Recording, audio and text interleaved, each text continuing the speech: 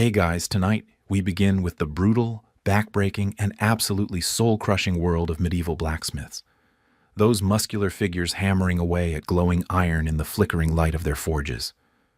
While movies make them look heroic and noble, the truth is being a medieval blacksmith was one of the most punishing, dangerous, and thankless jobs you could possibly have.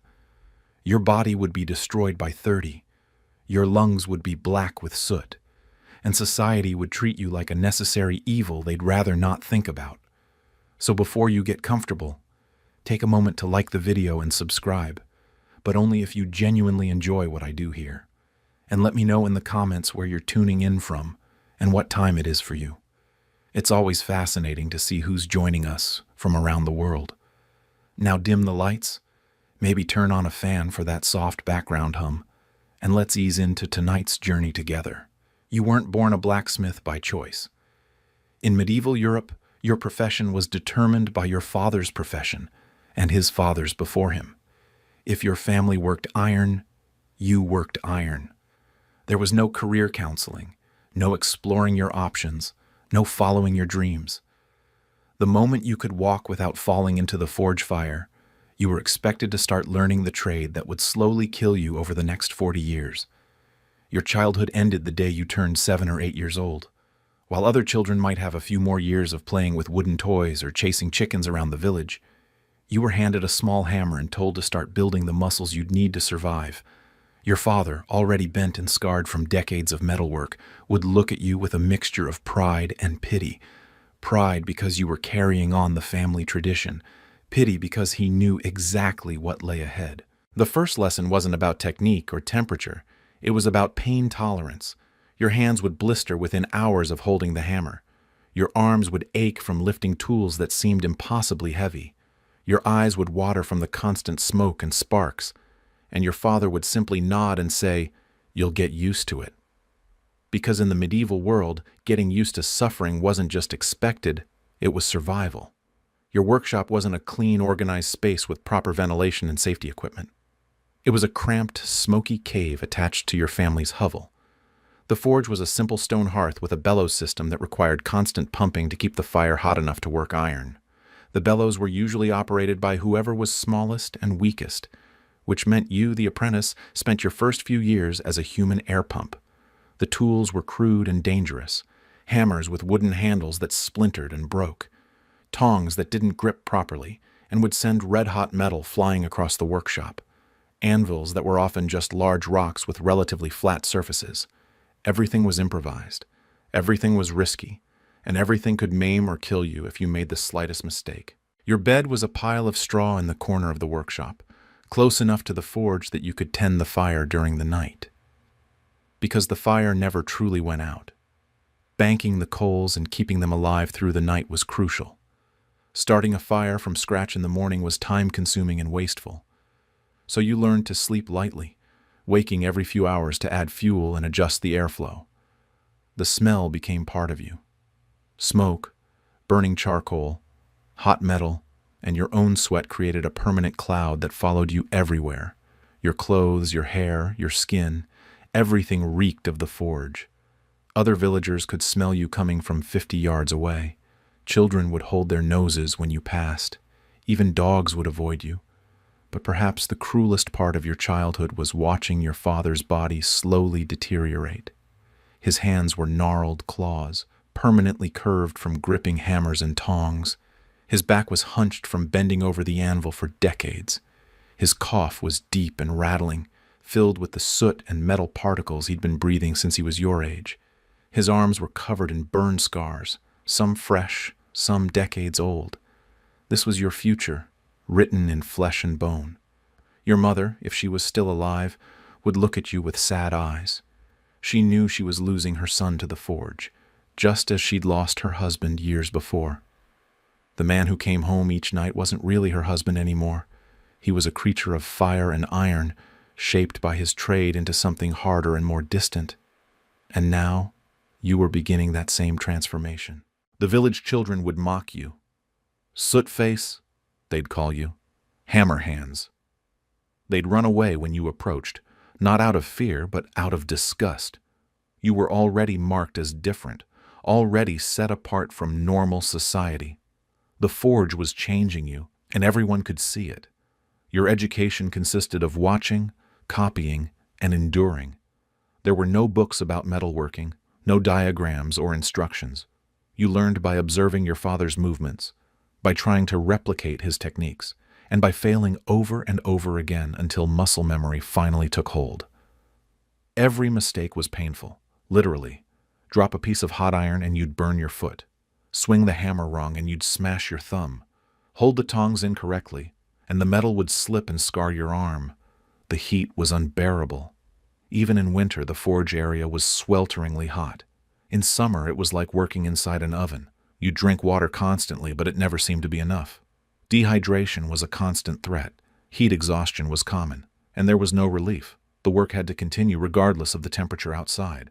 Your hands began to change almost immediately. The soft skin of childhood was replaced by thick calluses and permanent stains.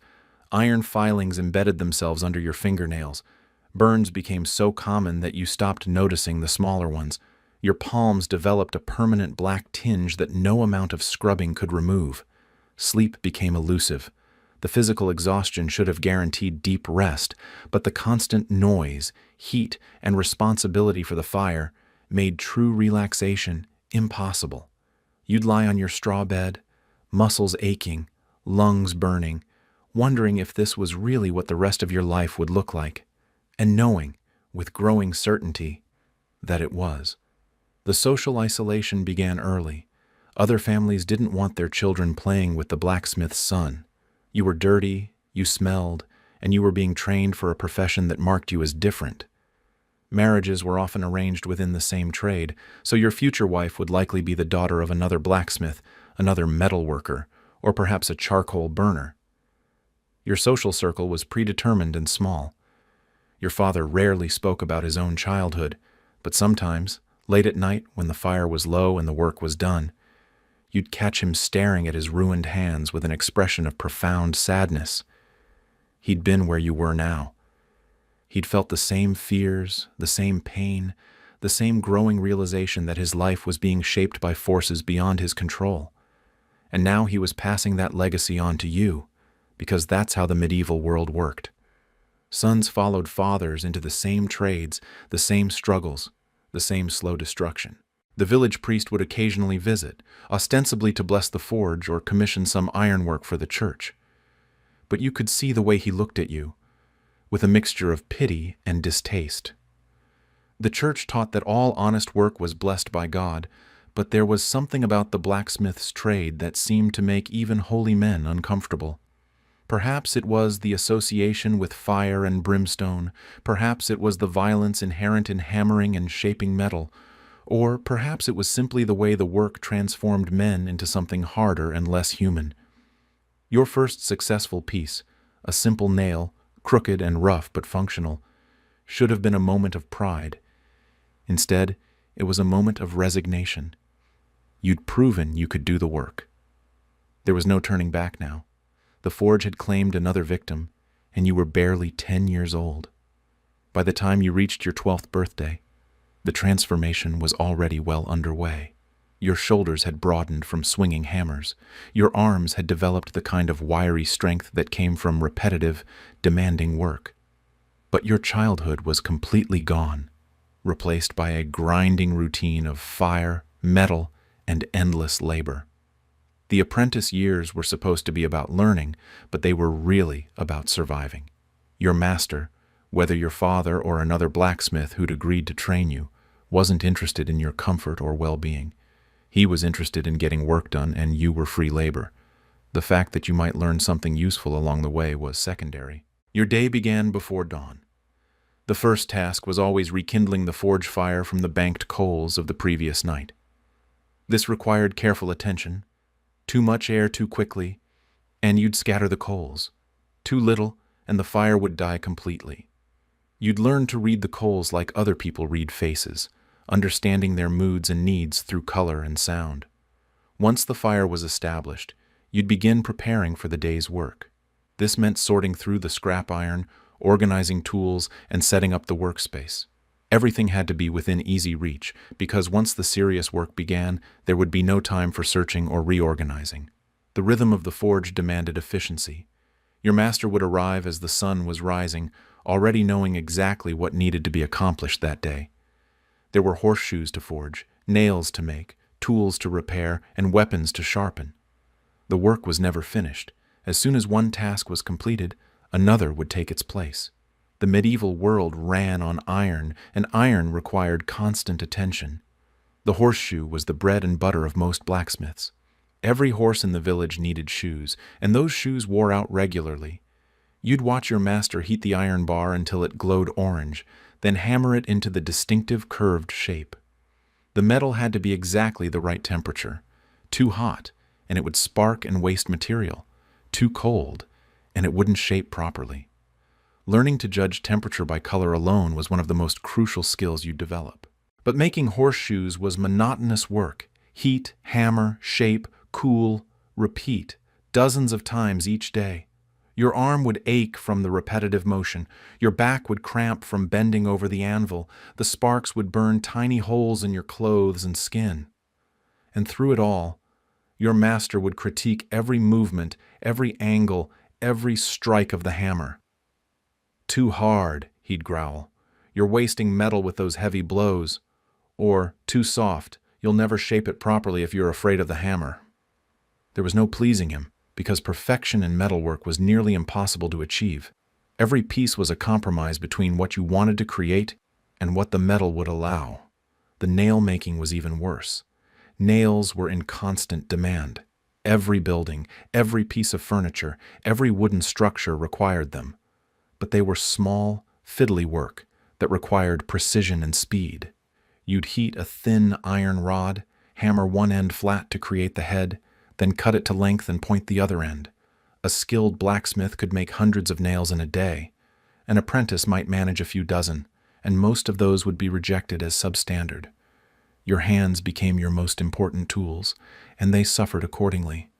The constant gripping of hammers and tongs created permanent calluses that would crack and bleed in cold weather. Burns were so common that you stopped counting them. Your fingernails were permanently black with embedded metal particles.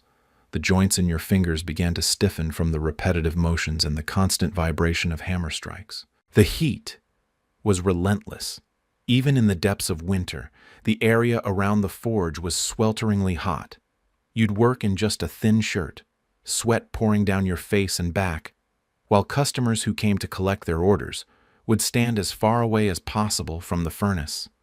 In summer, the workshop became a vision of hell. Temperatures that would make grown men faint, air so thick with smoke and steam that breathing became a conscious effort.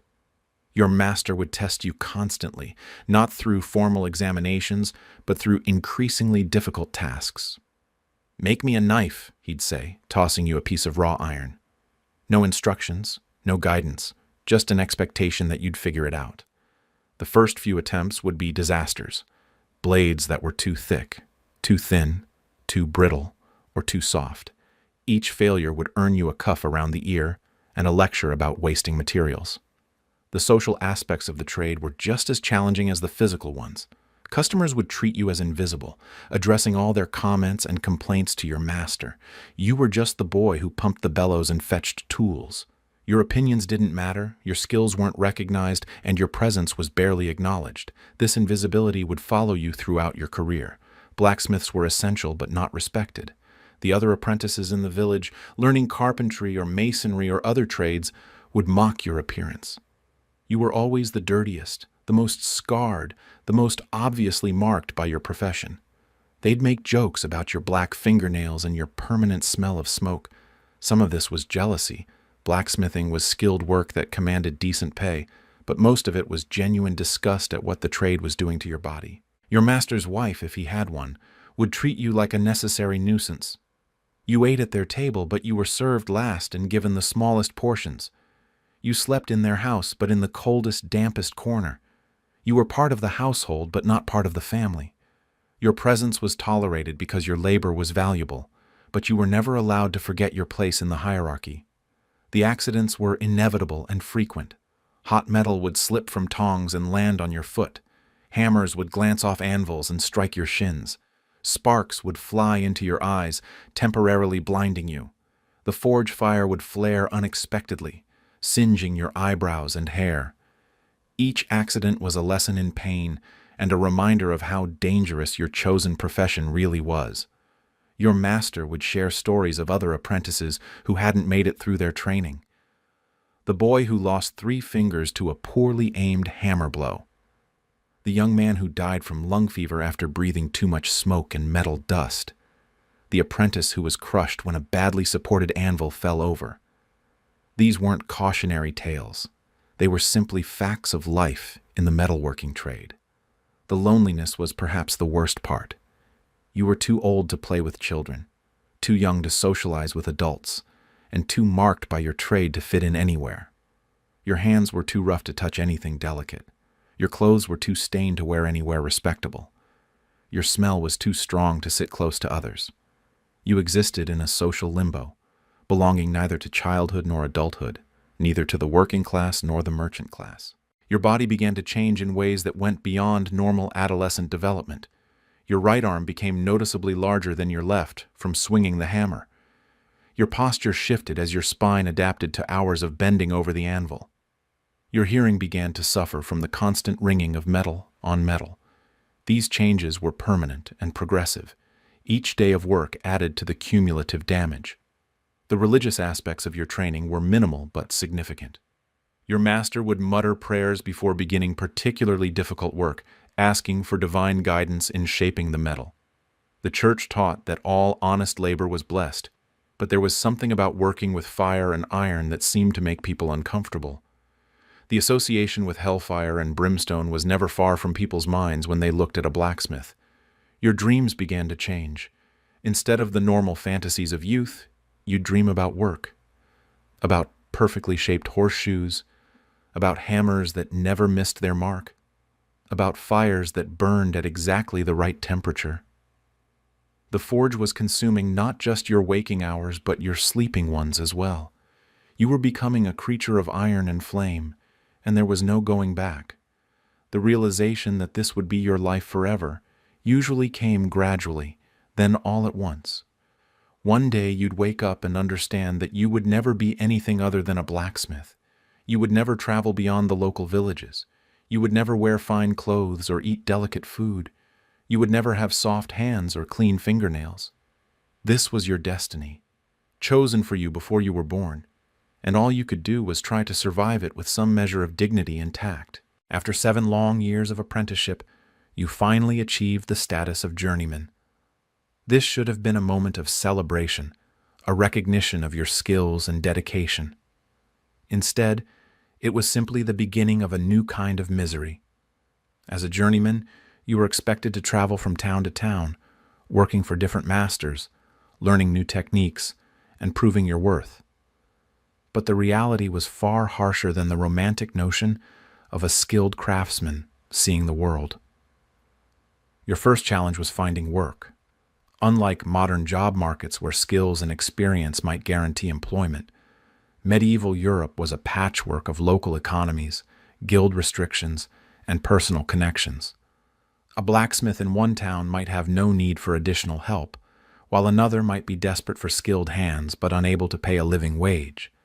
You'd walk from village to village, carrying your few tools in a worn leather sack, hoping someone would give you a chance. The tools you owned were pathetic compared to what you'd grown accustomed to during your apprenticeship. A small hammer, a pair of tongs, a few files, and perhaps a chisel or two. Everything else, the anvil, the forge, the bellows, the heavy hammers, belonged to whatever master employed you. This meant constantly adapting to different equipment, different setups, different ways of working. What felt natural in one workshop would be clumsy and inefficient in another. Your first position as a journeyman was with a master in a town 2 days' walk from your home village. The pay was minimal, barely enough to cover food and a corner of floor space to sleep on. The work was familiar, but somehow more demanding. As an apprentice, mistakes had been expected and tolerated. As a journeyman, you were supposed to be competent, reliable, and productive from your first day. There was no grace period, no allowance for learning the local customs or preferences. The master's other workers viewed you with suspicion. You were an outsider, potentially taking work away from local men who had families to feed.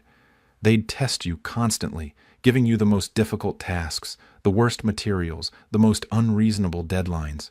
If you succeeded, they'd grudgingly accept your presence. If you failed, they'd make sure everyone in town knew about your incompetence. The living conditions were appalling. As a journeyman, you weren't part of the master's household like an apprentice would be. Instead, you'd rent space in whatever hovel would have you, usually a corner of someone's workshop or a spot in a communal sleeping room above a tavern. The smell of unwashed bodies, stale beer, and human waste was overwhelming. Privacy was non-existent. Theft was common. Sleep was fitful and frequently interrupted. Your diet consisted mainly of bread, thin soup, and whatever scraps you could afford. Meat was a luxury reserved for feast days or when you'd managed to earn a few extra coins. Fresh vegetables were seasonal and expensive. Your body, already stressed from years of physical labor, began to show signs of malnutrition. Your teeth started to loosen. Your hair became thin and brittle. Your skin took on a grayish pallor that marked you as one of the working poor. The work itself was more varied than what you'd experienced as an apprentice, but also more demanding. Different regions had different specialties, different techniques, different standards. In one town, you might be expected to make delicate jewelry and decorative items. In another, the focus might be on agricultural tools or weapons. Each new position required you to learn quickly and adapt your skills to local needs and preferences. The guild system, which was supposed to protect and regulate craftsmen, often worked against journeymen. Local guilds would restrict the number of outsiders who could work in their territory. They'd impose fees and taxes that ate into your already meager earnings. They'd set standards and requirements that seemed designed more to exclude competition than to ensure quality. As a traveling journeyman, you were always at a disadvantage in these political games. Your health began to deteriorate more rapidly during the journeyman years. The constant travel, poor living conditions, and irregular meals took their toll. The respiratory problems that had started during your apprenticeship worsened. Your joints began to ache from the combination of physical labor and sleeping on hard floors. Injuries that might have healed properly with rest and care became chronic problems because you couldn't afford to stop working. The loneliness was crushing. As an apprentice, you'd at least been part of a household, even if you weren't treated as family. As a journeyman, you were truly alone. You'd work alongside other men all day, but they were colleagues, not friends. You'd sleep in rooms full of people, but they were strangers who might be gone the next morning. The human connections that make life bearable were constantly being severed as you moved from place to place. Your skills did improve during this period, but at a tremendous cost. You learned to work with different types of iron and steel. You mastered techniques for making specialized tools and weapons. You developed the ability to assess a piece of metal by its color, sound, and feel. But each new skill was purchased with pain, exhaustion, and a piece of your humanity.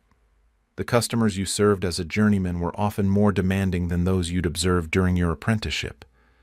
They knew you were temporary, that you had no local reputation to protect, that you needed their business more than they needed your services. They'd haggle over prices, complain about quality, and delay payment as long as possible. You learned to be grateful for any work, no matter how poorly paid or unreasonable the demands. Your appearance continued to deteriorate. The constant exposure to smoke and heat aged your skin prematurely. Your hair began to thin and gray, even though you were still in your 20s. Your posture became permanently stooped from bending over anvils of different heights. Your hands were so scarred and calloused that they looked more like leather gloves than human flesh. The seasonal nature of much blacksmith work meant periods of intense activity, followed by stretches of unemployment. During harvest time, you might work 18-hour days repairing tools and shoeing horses. In winter, when agricultural work slowed down, you might go weeks without steady employment. These feast or famine cycles made it impossible to save money or plan for the future. Your relationship with your family back home became strained. The few letters you could afford to send were filled with requests for money or news of your struggles. When you did manage to visit, you found that you no longer fit into the community you'd grown up in. Your experiences had changed you, marked you as different. The people you'd known as a child now treated you as a stranger. The violence that was endemic in medieval society affected journeymen disproportionately. As outsiders with no local protection, you were easy targets for robbery, assault, and extortion. You learned to travel light, to avoid certain areas after dark, to sleep with one eye open. The few possessions you owned were constantly at risk of being stolen or destroyed. Your dreams of eventually becoming a master craftsman with your own workshop began to seem increasingly unrealistic. The capital required to set up a proper smithy was enormous, far more than a journeyman could hope to save from his meager wages. The guild requirements for achieving master status were complex and expensive. The competition from established smiths was fierce. Most journeymen would remain journeymen for their entire careers, never achieving the independence and respect that mastery promised. The psychological toll of the journeyman years was perhaps the heaviest burden of all. The constant uncertainty, the social isolation, the physical degradation, and the growing realization that your situation was unlikely to improve combined to create a deep sense of despair. You began to understand why so many craftsmen turned to drink, why others simply disappeared one day, why some chose to end their suffering permanently. Yet, you persevered, because the alternative was starvation. Each morning you'd wake up in whatever hovel you'd found shelter in, assess your aches and pains, and prepare for another day of backbreaking labor. The forge would be lit, the iron would be heated, and the hammering would begin again. Because that's what blacksmiths did. They endured, they survived, and they shaped metal into useful forms, even as the work slowly shaped them into something harder and more brittle than the iron they worked. After 15 years of apprenticeship and journeyman work, you finally achieved what every metalworker dreamed of: master status. You had your own workshop, your own tools, your own apprentices. You were no longer at the mercy of other men's whims and schedules. You were your own master, responsible for your own success or failure. But mastery in the blacksmith trade wasn't the liberation you'd imagined. It was simply a different kind of prison, with golden bars that gleamed in the forge light. Setting up your own smithy required an enormous investment that left you in debt for years. The forge had to be built from stone and clay, carefully designed to achieve the right temperatures and airflow. The bellows system needed leather, wood, and iron fittings. The anvil alone cost more than most people earned in a year, a massive block of steel that would serve as the foundation of your work for decades to come. Then there were the hammers, tongs, files, chisels, and dozens of other specialized tools that a master smith needed to handle any job that came through his door. The workshop building itself was another major expense. It needed to be large enough to accommodate the forge, the anvil, storage for raw materials and finished goods, and space for apprentices to work and sleep. The roof had to be high enough to allow smoke to escape but low enough to retain heat. The walls needed to be thick enough to contain the noise and sparks but positioned to allow for proper ventilation. Every aspect of the design was a compromise between functionality, cost, and safety. Your first apprentices were the sons of local families who paid you a fee to train their boys in the trade. These payments helped offset your initial investment, but they came with enormous responsibility. You were now liable for the safety, training, and moral development of children as young as 7 or 8 years old. Their parents expected you to transform their soft, innocent boys into skilled craftsmen, and they held you personally responsible for any accidents, injuries, or failures along the way. The business side of mastery was something no one had prepared you for during your training. You had to negotiate prices with customers, manage inventory, collect debts, and compete with other smiths for work. You needed to understand the local economy, the seasonal patterns of demand, and the complex web of relationships that determined who got which jobs. A master blacksmith wasn't just a craftsman, he was an entrepreneur, and most craftsmen were terrible at business. Your customers were a constant source of stress and frustration. Farmers would bring you broken tools and expect them to be repaired for almost nothing, claiming poverty while wearing clothes that cost more than your monthly earnings. Merchants would demand rush jobs and then disappear when it came time to pay. Nobles would commission elaborate decorative pieces and then criticize every detail, demanding endless modifications and improvements without offering additional compensation. The guild system that was supposed to protect and support master craftsmen was actually a source of constant political maneuvering and expense. Guild meetings were mandatory and time-consuming. Guild fees and assessments ate into your profits.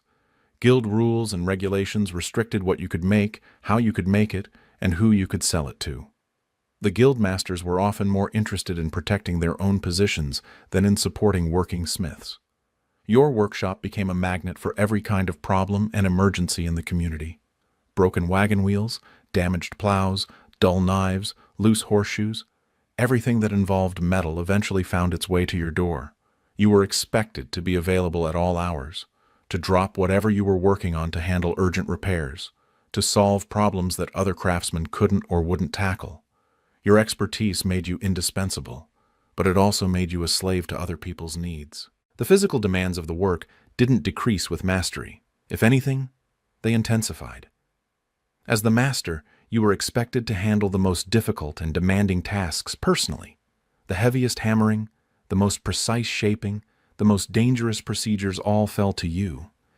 Your apprentices could help with preparation and finishing work, but the core metalworking had to be done by someone with decades of experience and the strength to back it up. Your body, already damaged by 20 years of forge work, began to break down more rapidly under the increased demands of mastery. Your back, curved from decades of bending over anvils, now ached constantly. Your shoulders, overdeveloped from swinging hammers, were prone to painful spasms. Your hands, scarred and calloused beyond recognition, began to lose their fine motor control. The very skills that had made you a master were slowly being eroded by the physical toll of practicing them. The respiratory problems that had started in your apprentice years became severe during mastery. The constant inhalation of smoke, metal particles, and coal dust had blackened your lungs and damaged your breathing capacity. You'd wake up each morning coughing up dark phlegm. You'd struggle to catch your breath after any physical exertion. The wheeze in your chest became a constant companion, a reminder of the price you were paying for your expertise. Your social status as a master craftsman was ambiguous and frustrating. You were more respected than a common laborer, but you were still considered a manual worker by the merchant and noble classes. You had more money than most peasants, but you were excluded from the social circles of the truly wealthy. You were essential to the community's functioning, but you were also seen as somehow lesser because you worked with your hands rather than your mind. The competition from other smiths was fierce and sometimes vicious. Established masters would try to undercut your prices or spread rumors about your work quality. Younger smiths would attempt to steal your customers by offering faster service or more modern techniques. The guild system was supposed to prevent this kind of destructive competition, but in practice, it often made things worse by creating artificial scarcities and monopolies that benefited the most politically connected masters. Your family life suffered under the demands of running a smithy. Your wife, if you were fortunate enough to find one willing to marry a man who smelled permanently of smoke and whose hands were too rough to touch gently, would become a widow long before you died. The workshop consumed your time, your energy, and your attention. Your children would grow up knowing their father as a distant figure who was always working, always tired, always covered in soot and sweat. The apprentices you trained were a mixed blessing. The good ones learned quickly, worked hard, and eventually became valuable assistants. But they also represented future competition. Every skilled apprentice you trained was someone who might eventually set up his own shop and take customers away from you. The bad apprentices were even worse. They wasted materials, damaged tools, injured themselves, and reflected poorly on your reputation as a teacher and master. The seasonal nature of blacksmith work meant that your income was unpredictable and often inadequate. Spring and summer brought a rush of agricultural work, plows to repair, tools to sharpen, horseshoes to forge. But winter could be devastatingly slow, with weeks passing between paying customers. You had to save enough during the busy seasons to survive the lean months, but the expenses of running a workshop never stopped, regardless of how much work you had. The technological changes that were beginning to sweep through medieval Europe posed a constant threat to traditional blacksmiths. New techniques for smelting iron, new designs for tools and weapons, new methods of organization and production. All of these innovations could make your hard-won skills obsolete overnight. You had to constantly learn and adapt, investing time and money in new equipment and training, just to stay competitive. Your reputation, built over decades of careful work and satisfied customers, could be destroyed by a single mistake or accident. A horseshoe that came loose and caused a valuable horse to go lame. A tool that broke at a critical moment during harvest. A weapon that failed in battle. Any of these failures could ruin your standing in the community and drive customers to your competitors. The pressure to maintain perfect quality while working with imperfect materials and tools was enormous and constant. The isolation of mastery was perhaps the cruelest irony of all. You had achieved the highest status your profession offered, but you were more alone than ever. Your apprentices looked up to you, but also feared you. Your customers needed you, but didn't particularly like you. Your fellow masters were competitors first and colleagues second. Your family saw you as a provider, but rarely as a person. The forge that had shaped your life had also separated you from normal human relationships. The knowledge that this was as good as your life would ever get was a heavy burden to carry. You had reached the pinnacle of your profession, and it was still a life of constant labor, physical pain, and social marginalization. There were no higher peaks to climb, no greater achievements to pursue. This was it. This smoky, noisy, dangerous workshop was your kingdom, and you would rule it until your body finally gave out or your lungs finally filled with too much soot to function. Yet you continued, because that's what masters did. You lit the forge each morning, heated the iron, and shaped it into useful forms. You trained the next generation of smiths, knowing they would face the same struggles you had endured. You served your community's needs, even when that community showed little appreciation for your sacrifices. Because being a master blacksmith wasn't about personal fulfillment or happiness. It was about duty, tradition, and the grim satisfaction of doing necessary work well, regardless of the cost to yourself. The forge wasn't just your workplace, it was your tormentor, your master, and your constant companion. Every morning for 30 years, you'd approach that stone hearth with a mixture of familiarity and dread. The forge demanded everything from you: your strength, your health, your time, and ultimately, your life. It was a hungry beast that consumed coal, iron, and human flesh with equal appetite, and you were its willing sacrifice. The heat was the first assault on your senses each day. Even before you lit the fire, the residual warmth from yesterday's work would hit you like a wall. Once the coals were glowing and the bellows were pumping, the temperature around the forge would climb to levels that made summer days feel cool by comparison. Your clothes would be soaked with sweat within minutes. Your skin would flush red and then settle into a permanent tan that marked you as a forge worker from across the village square. The smoke was worse than the heat. Coal smoke, wood smoke, and the acrid fumes from heated metal created a toxic cloud that filled your lungs with every breath. Your eyes would water constantly, creating tracks through the soot on your cheeks. Your throat would burn and your voice would become permanently hoarse from the constant irritation. The smoke would cling to your clothes, your hair, your skin, marking you with its scent wherever you went. The noise was deafening and relentless. The ring of hammer on anvil, the hiss of hot metal in water, the roar of the bellows, the crack and pop of burning coal. All of it combined into a symphony of industrial violence that would damage your hearing over the years. You'd learn to communicate through gestures and shouts, and eventually, you'd find yourself speaking louder than necessary even in quiet settings, your voice permanently adjusted to compete with the forge's cacophony. The sparks were like tiny meteors, flying in all directions whenever hammer met hot iron. They'd burn holes in your clothes, leaving you looking like a victim of some exotic disease. They'd land on your arms, your face, your neck, creating a constellation of small burns that would heal into permanent scars. Your leather apron would be pocked with burn marks, and your hair would be singed short from too many close encounters with flying embers.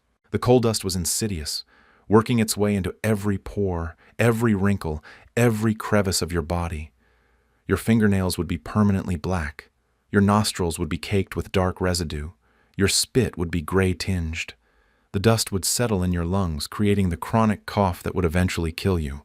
You'd try to wash it off, but it would return within hours of starting work, as if the forge was marking its territory on your flesh.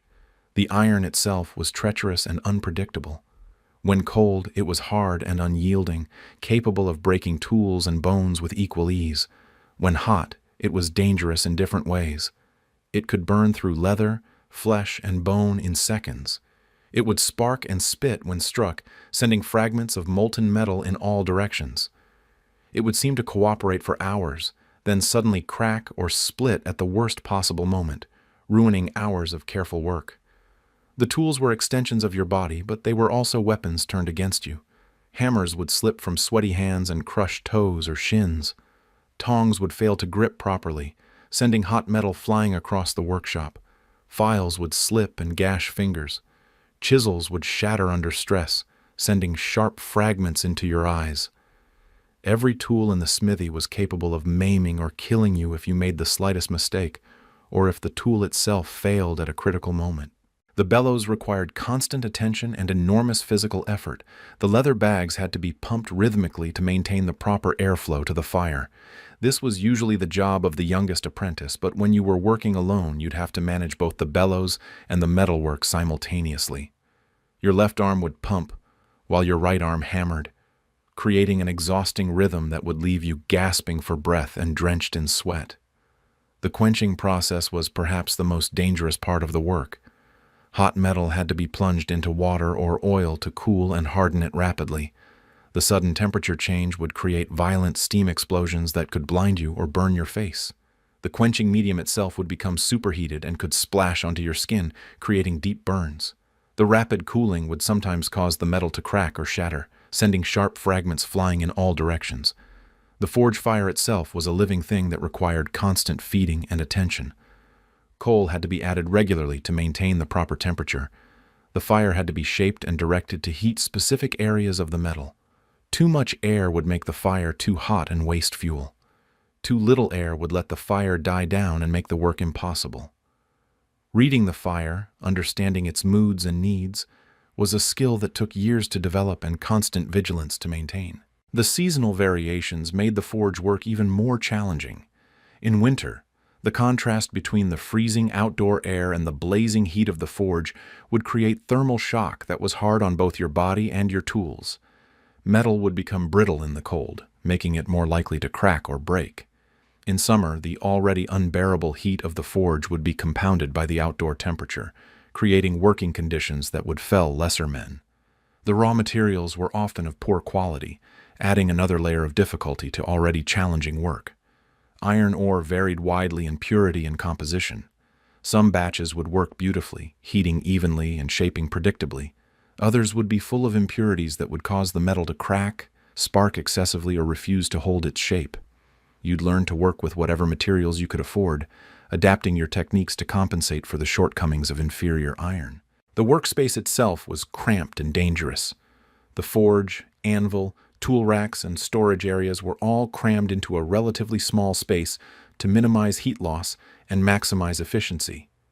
This meant you were constantly moving around hot surfaces, sharp tools, and heavy equipment. A moment's inattention could result in serious injury. The low ceiling, necessary to contain the heat, meant that tall smiths would constantly bang their heads on beams and rafters. The waste products of the forge were toxic and dangerous. Scale, the oxidized metal that flaked off during heating, would accumulate on the floor, creating a slippery, sharp surface that could cause falls and cuts. Clinker, the fused ash and impurities from the coal, had to be regularly removed from the fire, a hot and dangerous job that exposed you to burns and toxic fumes.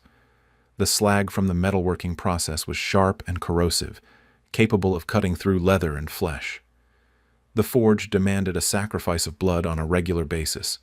Minor cuts, burns, and bruises were so common that you stopped noticing them. Your hands would be constantly healing from one injury while acquiring new ones. Your arms would be covered in scars from sparks, burns, and cuts. Your face would bear the permanent marks of your profession, singed eyebrows, burn scars, and the deep lines that came from squinting through smoke and heat for decades. The psychological impact of working in such conditions was profound. The constant danger, the physical discomfort, and the relentless demands of the work would wear down your mental resilience over time. You'd develop a kind of hypervigilance, always watching for the next hazard, the next potential accident. Sleep would become difficult as your mind replayed the day's close calls and worried about tomorrow's challenges. The forge was also a place of strange beauty and satisfaction. When everything came together perfectly, when the iron was at exactly the right temperature, when your hammer strikes were precise and powerful, when the metal flowed like liquid and shaped itself to your will, there was a moment of pure craftsmanship that made all the suffering worthwhile. But these moments were rare and fleeting, quickly overwhelmed by the return of heat, smoke, noise, and pain. The relationship between smith and forge was intimate and destructive. You knew every stone in the hearth, every crack in the bellows, every hot spot and cold spot in the fire. The forge knew you just as well, marking your body with its signature, filling your lungs with its breath, claiming you as its own. It was a marriage of sorts, but one where only one partner would survive, and it wouldn't be you. By your 40th year, your body had become a catalog of occupational injuries and chronic conditions. Every joint ached with a deep, persistent pain that no amount of rest could relieve. Your spine had curved into a permanent question mark from decades of bending over anvils. Your shoulders were so overdeveloped from swinging hammers that you couldn't lift your arms above your head without sharp, stabbing pains shooting down your back. Your hands were no longer recognizable as human appendages. The constant gripping of tools had locked your fingers into permanent claws. Your knuckles were swollen and arthritic, making fine motor control nearly impossible. The skin on your palms was so thick and calloused that you could grab red-hot metal for brief moments without feeling pain. But this apparent advantage came at a cost. You'd lost most of the sensation in your fingertips, making delicate work increasingly difficult. The scars told the story of your career in raised, white lines across your arms and face. Each mark represented a moment of inattention, a tool failure, or simply the inevitable result of working with fire and metal for decades. Some scars were small and neat, from flying sparks or minor cuts. Others were large and ugly, from serious accidents that had nearly ended your career or your life. Your apprentices would stare at these marks with a mixture of fascination and horror, seeing their own future written in your damaged flesh. Your respiratory system had been under assault for 30 years, and it was finally beginning to surrender. The chronic cough that had started in your 20s was now a constant companion, producing dark, bloody phlegm that you'd spit into the forge fire where it would hiss and steam. Your breathing was labored and shallow, your lung capacity reduced by the accumulation of soot, metal particles, and coal dust. Climbing stairs left you gasping for air, and any physical exertion beyond the familiar rhythms of smithing would leave you dizzy and weak. Your hearing had been damaged by decades of exposure to the ringing of metal on metal. The constant noise of the forge had created a permanent ringing in your ears that made conversation difficult and sleep elusive. You'd find yourself asking people to repeat themselves, or worse, pretending to understand when you hadn't heard what they said. The isolation this created was profound. You were already set apart by your profession, and now you were further separated by your inability to participate fully in normal conversation. Your eyesight had suffered from years of staring into bright forge fires and working in the dim, smoky light of the workshop. The constant squinting had created deep lines around your eyes, and the exposure to intense heat and light had begun to cloud your vision. Reading had become difficult, not that there was much call for literacy in your profession, but the inability to see fine details clearly made precision work increasingly challenging, forcing you to rely more heavily on touch and experience. Your digestive system had been compromised by years of poor diet and the constant inhalation of toxic fumes. The smoke and metal particles you breathed didn't just stay in your lungs. They were swallowed and absorbed into your bloodstream, poisoning your entire system. Your appetite was poor, your stomach was constantly upset, and you'd lost significant weight despite the physical demands of your work. Food had become fuel rather than pleasure, and even that fuel was often rejected by your damaged digestive tract. The heat exposure had taken its toll on your cardiovascular system. Your heart had been working overtime for decades, trying to cool your overheated body and pump blood through damaged lungs. The constant stress of extreme temperatures had weakened your heart muscle and damaged your blood vessels. You'd experience chest pains during particularly strenuous work, and your pulse would race even during periods of rest. Your skin had been transformed by years of exposure to heat, smoke, and metal particles. What had once been smooth and supple was now leathery and discolored. Your face was permanently flushed from heat exposure, with broken blood vessels creating a web of red lines across your cheeks and nose. Your arms were mottled with burn scars, metal stains, and the permanent discoloration that came from handling iron and steel daily. The neurological effects of metal poisoning were becoming apparent. Lead, used in some alloys and soldering work, had accumulated in your system over the years, causing tremors in your hands and affecting your memory and concentration. You'd find yourself forgetting customers' names, losing track of orders, or starting tasks and then wandering off without finishing them. The sharp mind that had once been essential to your craft was becoming unreliable and foggy. Your immune system had been weakened by years of exposure to toxins and the constant stress of physical labor. Minor cuts and burns that would have healed quickly in your youth now festered and became infected. You were constantly fighting off colds, fevers, and other illnesses that your body could no longer resist effectively. The workshop, with its poor ventilation and accumulation of dust and debris, had become a breeding ground for disease. Sleep had become elusive and unsatisfying. The pain in your joints and muscles made it difficult to find a comfortable position. The ringing in your ears and the wheezing in your chest created a constant background noise that prevented deep rest.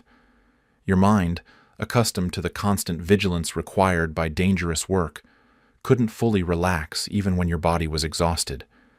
You'd lie awake for hours, listening to your damaged body's complaints and worrying about the next day's challenges. The psychological impact of your physical decline was devastating. You'd built your identity around your strength, your skill, and your ability to shape metal to your will. As these abilities diminished, you felt yourself becoming less than what you had been. The pride you'd taken in your craft was being eroded by the reality of your limitations.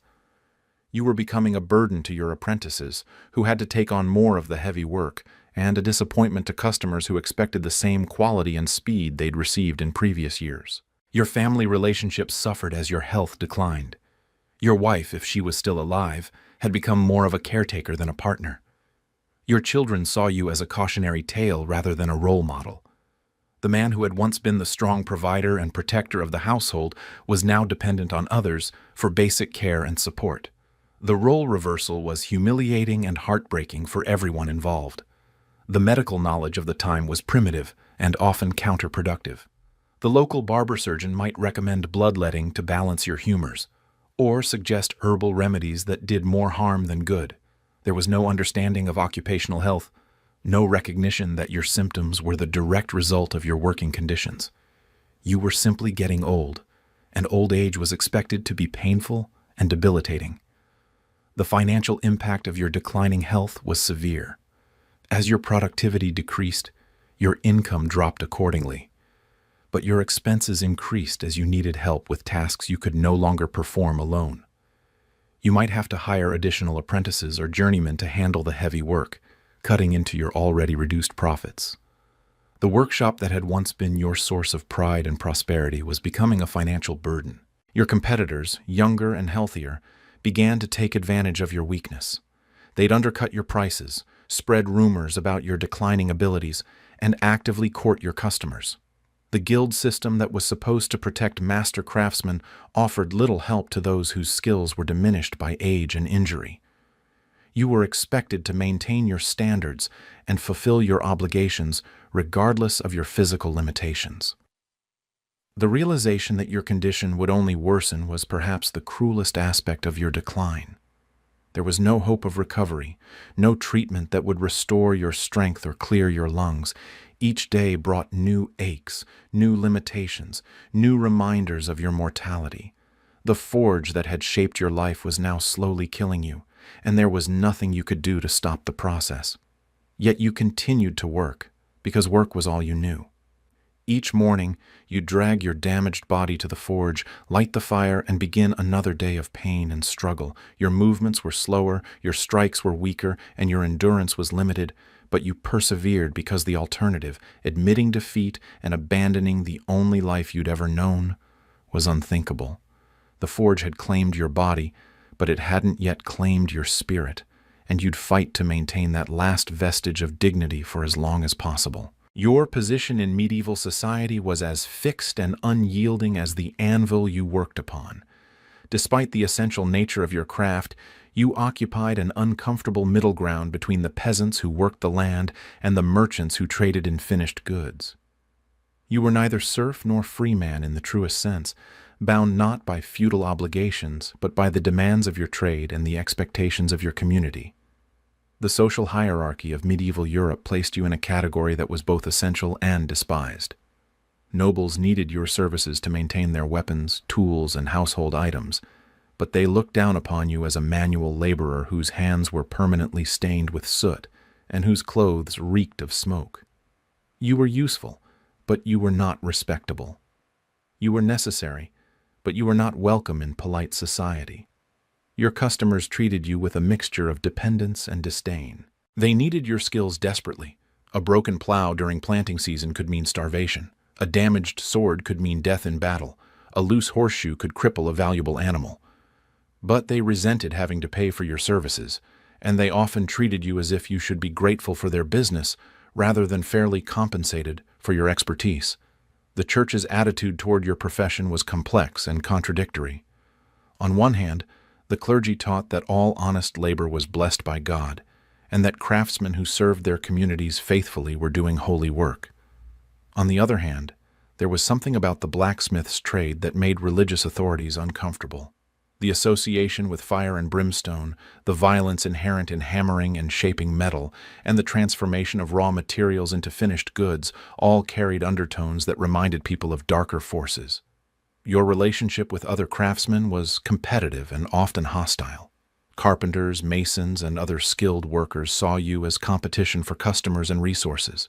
They'd spread rumors about your work quality, undercut your prices when possible, and generally try to diminish your reputation in the community. The guild system was supposed to prevent this kind of destructive competition, but in practice it often made things worse by creating artificial scarcities and monopolies. Marriage prospects for blacksmiths were limited and often disappointing. Respectable families didn't want their daughters marrying men whose hands were too rough to touch gently, whose clothes were permanently stained, and whose life expectancy was significantly shorter than average. You'd likely end up married to the daughter of another craftsman, someone who understood the demands and limitations of manual labor. But even these marriages were often more about economic necessity than romantic love. Your children faced their own social challenges because of your profession. They'd be marked from birth as the blacksmith's offspring, carrying the stigma of your trade even if they chose different careers. Other children would tease them about their father's appearance and smell. Teachers and clergy would have lower expectations for them, assuming that the children of manual laborers were destined for similar work. Breaking out of the social class you'd been born into was nearly impossible, and your children would likely face the same limitations you had endured. The legal system treated craftsmen like you as second-class citizens. Your word carried less weight in court than that of a merchant or noble. You were more likely to be suspected of crimes, more harshly punished when convicted, and less likely to receive fair treatment from judges and magistrates. The law was written by and for the upper classes, and it reflected their biases and prejudices against manual laborers. Your living conditions reflected your social status. Your house was larger and better furnished than a peasant's hovel, but it was still cramped, poorly ventilated, and located in the less desirable parts of town. The workshop attached to your home meant that you could never truly escape the noise, smoke, and smell of your profession. Your neighbors tolerated you because they needed your services, but they didn't particularly want to live next to a forge. The seasonal nature of your work created additional social problems. During busy periods, you'd work such long hours that you'd have no time for social interaction or community involvement. During slow periods, you'd have time but no money to participate in social activities. This isolation from normal community life reinforced your status as an outsider, someone who was part of the village, but not truly belonging to it. Your appearance marked you as a member of the working class in ways that couldn't be hidden or disguised. Your hands were permanently stained and scarred. Your posture was bent from years of physical labor. Your clothes, no matter how well made or expensive, would quickly become stained and damaged by your work. You couldn't dress up and blend in with the merchant class, even if you had the money to afford better clothing. The guild system, which was supposed to protect and elevate craftsmen, often worked against individual smiths. Guild politics were dominated by the wealthiest and most established masters, who used their influence to protect their own interests at the expense of younger or less successful members. Guild fees and assessments were a constant drain on your resources, and guild rules often restricted your ability to innovate or compete effectively. Your relationship with the local lord or noble was particularly complex. You were essential to his household and military needs, but you were also a potential threat. A skilled blacksmith could make weapons for rebels or enemies, could repair armor for opposing forces, or could simply refuse to work when his services were most needed. This made you valuable but also suspect, someone to be watched and controlled rather than trusted and respected. The intellectual life of medieval society was largely closed to you. Books were expensive and rare, and literacy was not considered necessary for your profession. The universities and schools that were beginning to emerge in medieval Europe were designed for the clergy and nobility, not for craftsmen. Your education was practical and hands-on, focused entirely on the skills needed for your trade. This intellectual isolation reinforced your social marginalization. Your political influence was minimal despite your economic importance. Craftsmen like you had no voice in the decisions that affected your lives and livelihoods. Tax policies, trade regulations, and guild rules were all decided by people who had never worked with their hands or understood the realities of manual labor. You were expected to accept these decisions without complaint, and to adapt your business practices to accommodate the whims of your social superiors. The cultural life of your community was largely inaccessible to you. Festivals and celebrations often required time and money that you couldn't afford to spare.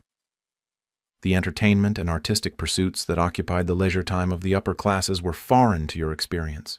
Your own cultural traditions, the songs, stories, and customs of the working class, were dismissed as crude and unworthy of preservation.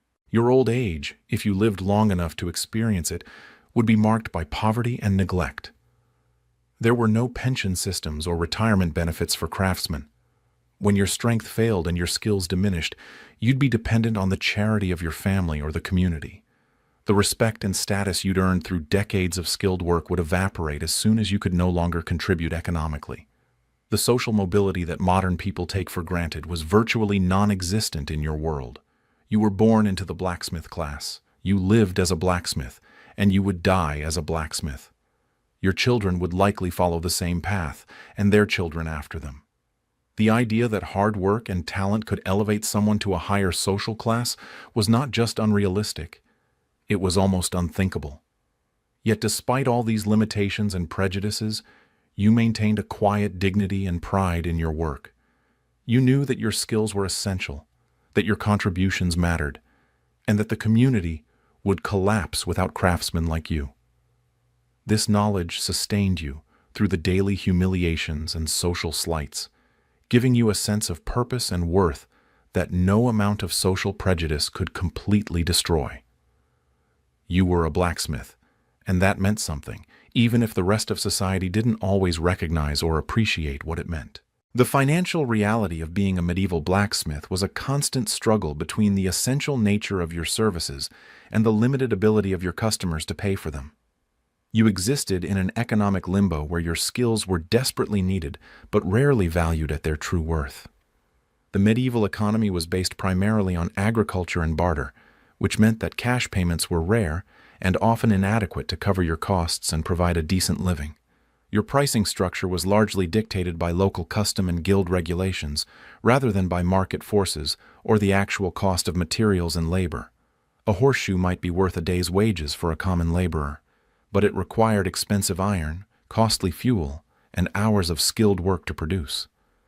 The disconnect between the value you created and the compensation you received was a source of constant frustration and financial stress. Raw materials were your largest expense and your greatest source of uncertainty. Iron ore had to be purchased from miners or smelters, often at prices that fluctuated wildly based on supply, demand, and the political situation in mining regions. The quality of the iron varied enormously, and you often had to work with inferior materials that made your job more difficult and your finished products less reliable. Coal or charcoal for fuel was another major expense, and the price could double or triple during harsh winters when supply was limited. Your tools represented a significant capital investment that had to be maintained and replaced regularly. A good anvil could cost more than most people earned in a year, but it was essential to your work and would last for decades if properly cared for. Hammers, tongs, files, and other hand tools wore out constantly and had to be repaired or replaced.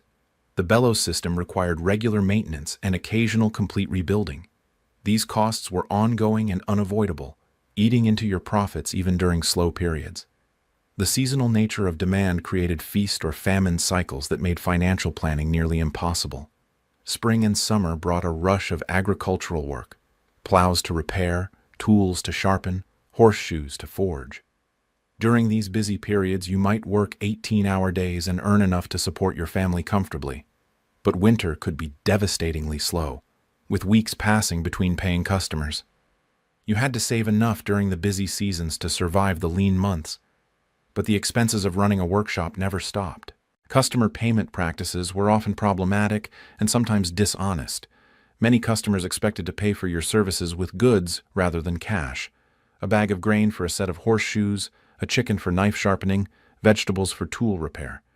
While this barter system was common in the medieval economy, it meant that you often received payment in forms that were difficult to use for your own expenses.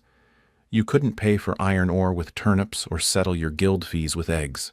Credit and debt were constant features of your business relationships. Customers would often ask for work to be done immediately with payment promised after the harvest, after the market day, or after some other future event. You had little choice but to extend credit if you wanted to maintain your customer base, but collecting on these debts was often difficult and sometimes impossible. Bad debts could accumulate to the point where they threatened your ability to purchase materials and maintain your workshop. Competition from other smiths kept prices low and profits minimal. If you charged too much for your services, customers would simply take their business to another blacksmith who was willing to work for less. This race to the bottom meant that most smiths operated on very thin margins, with little room for error or unexpected expenses. The guild system was supposed to prevent destructive price competition, but it was often ineffective in practice. Your labor costs were minimal since you did most of the work yourself, but apprentices and journeymen still had to be fed, housed, and occasionally paid small wages. These employees were essential during busy periods, but they represented fixed costs that continued even when work was slow. Training apprentices was particularly expensive since they consumed materials and produced little of value during their first few years of training. Taxes and guild fees were a constant drain on your resources. Local lords levied taxes on craftsmen and their workshops. The church demanded tithes. The guild imposed membership fees, assessment charges, and fines for various infractions. These obligations were not optional, and failure to pay could result in the loss of your right to practice your trade. The total burden of these fees and taxes could consume a significant portion of your income. Equipment maintenance and workshop upkeep were ongoing expenses that couldn't be deferred without serious consequences.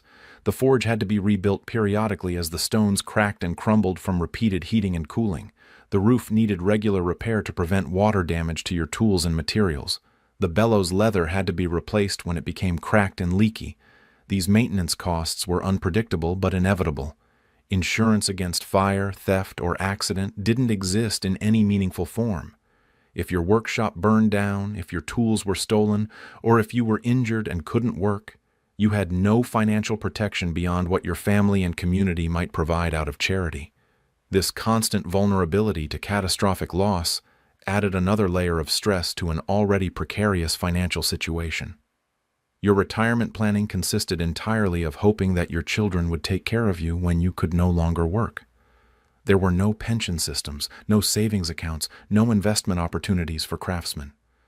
Your workshop and tools were your only assets, and their value would decline as you aged, and your ability to maintain them diminished. Most blacksmiths worked until they died, not by choice, but by necessity. The broader economic changes that were beginning to transform medieval Europe posed long-term threats to traditional blacksmiths. The growth of towns and cities created new markets, but also new forms of competition. Specialized workshops that focused on particular types of metalwork could achieve economies of scale that individual smiths couldn't match. New technologies and techniques could make traditional methods obsolete overnight. Your financial records, if you kept any, were simple and often inaccurate. Most transactions were conducted on a cash or barter basis with little documentation. You might keep track of major debts and credits in your head or with simple tally marks, but sophisticated accounting was beyond your education and unnecessary for your small-scale operation. This lack of financial record-keeping made it difficult to understand your true profitability or to plan for the future. The economic uncertainty of your profession affected every aspect of your life. You couldn't afford to take risks, to invest in new equipment, or to experiment with new techniques. You had to focus on proven methods and reliable customers, even if this meant missing opportunities for growth and improvement. Innovation was a luxury that most blacksmiths couldn't afford, both financially and professionally. Your economic status was precarious and could change rapidly based on factors beyond your control. A bad harvest could reduce demand for your services as farmers had less money to spend on repairs and improvements. Political instability could disrupt trade routes and make raw materials more expensive or unavailable. Disease outbreaks could kill your customers or force you to close your workshop temporarily. These external shocks could push you from modest prosperity to desperate poverty in a matter of months. Despite all these financial challenges, you persevered because you had no choice and because you took pride in your craft. The economic rewards of blacksmithing were modest and uncertain, but they were better than what most people could expect from agricultural labor or other forms of manual work. You were your own master, at least in theory, and you had skills that would always be in demand as long as civilization needed iron tools and weapons. The economics of your profession were harsh and unforgiving, but they were the only economics you knew, and you made them work through determination, skill, and an acceptance of hardship that modern people would find incomprehensible. Every day in the forge was a carefully choreographed dance with death, where one misstep could result in permanent injury or worse. The medieval blacksmith's workshop was a maze of hazards that would horrify modern safety inspectors, but for you it was simply the environment where you earned your living and slowly destroyed your body. The dangers were so numerous and constant that you developed a kind of fatalistic acceptance of risk, knowing that serious injury was not a matter of if, but when. Fire was your most obvious and constant companion, but also your most treacherous enemy. The forge fire burned at temperatures that could melt copper and soften steel, hot enough to cause third-degree burns in a fraction of a second. The flames were unpredictable, flaring up without warning when fresh coal was added or when the bellows pushed too much air through the fire. You'd learn to read the fire's moods, to anticipate its behavior, but it could still surprise you with sudden jets of flame that would singe your eyebrows or set your clothes ablaze. The hot metal itself was perhaps even more dangerous than the fire that heated it. Iron at forging temperature glowed orange or yellow, clearly marking itself as dangerous, but as it cooled, it would fade to a dull red, then to black, while still retaining enough heat to cause severe burns. You'd developed the ability to judge temperature by color, but in the dim, smoky light of the workshop, mistakes were easy to make. Grabbing a piece of metal that looked cool but was still dangerously hot was a rite of passage for every apprentice and a recurring hazard for experienced smiths. The tools you used daily were weapons in disguise, capable of inflicting serious injury with the slightest misuse. Hammers weighing several pounds, swung with tremendous force, could crush bones if they missed their target. The momentum of a heavy hammer was difficult to control, and a glancing blow off the anvil could send the hammerhead flying in an unexpected direction. Your hands, arms, and shins bore the scars of countless hammer strikes that had gone astray. Tongs, essential for handling hot metal, were notorious for their unpredictability. The jaws might not grip properly, allowing hot metal to slip and fall onto your feet. The handles could break under stress, sending you stumbling backward into other hazards. The pivot point was a constant source of pinched fingers and crushed knuckles. Despite their essential nature, tongs were responsible for more minor injuries than any other tool in the workshop. The anvil, that symbol of the blacksmith's trade, was itself a source of danger. Its hardened steel surface would send hammer blows ricocheting in unexpected directions, creating a shower of sparks and metal fragments. The sharp edges of the anvil could cut deeply if you fell against them. The horn of the anvil, used for shaping curved pieces, was positioned at exactly the right height to cause serious injury if you stumbled into it. The anvil's weight, often several hundred pounds, made it a crushing hazard if it was ever knocked off its mounting. Sparks were a constant presence in the forge, flying in all directions whenever hammer met hot iron. These tiny fragments of molten metal would burn holes in your clothes, embed themselves in your skin, and occasionally find their way into your eyes. You'd learn to work with your eyes partially closed, squinting through the shower of sparks, but this reduced visibility created its own hazards. Eye injuries from flying sparks were common and often resulted in permanent vision problems. The quenching process, where hot metal was plunged into water or oil to cool and harden it rapidly, created its own unique dangers. The sudden contact between hot metal and cool liquid would create violent steam explosions that could blind you or burn your face. The quenching medium itself would become superheated and could splash onto your skin. Oil quenching was particularly dangerous, as the hot oil could ignite, creating a fire that was difficult to extinguish and could spread rapidly throughout the workshop. The bellows system, essential for maintaining the forge fire, was a source of both physical strain and mechanical danger. The leather bellows had to be pumped continuously to maintain proper airflow, a task that required significant physical effort and could cause back strain and repetitive stress injuries. The wooden handles and metal fittings of the bellows could break under stress, sending you tumbling backward or forward into other hazards. The air blast from the bellows could scatter hot coals or blow sparks into your face. The raw materials you worked with presented their own hazards. Iron bars and rods were heavy and awkward to handle, capable of causing crushing injuries if dropped. The metal stock was often rough and sharp, with edges that could cause deep cuts. Rust and scale on the metal surface could cause infections if they entered cuts or scrapes. The coal used to fuel the forge produced toxic fumes that could cause headaches, nausea, and long-term respiratory problems. The workshop environment itself was a hazard zone. The floor was often littered with metal shavings, coal fragments, and other debris that could cause slips and falls. The low ceiling, necessary to contain heat, meant that tall smiths would constantly bang their heads on beams and rafters. The poor lighting made it difficult to see hazards clearly, especially in the corners and shadows of the workshop. The constant noise made it impossible to hear warnings or calls for help. Lifting and moving heavy objects was a daily requirement that took a severe toll on your back and joints.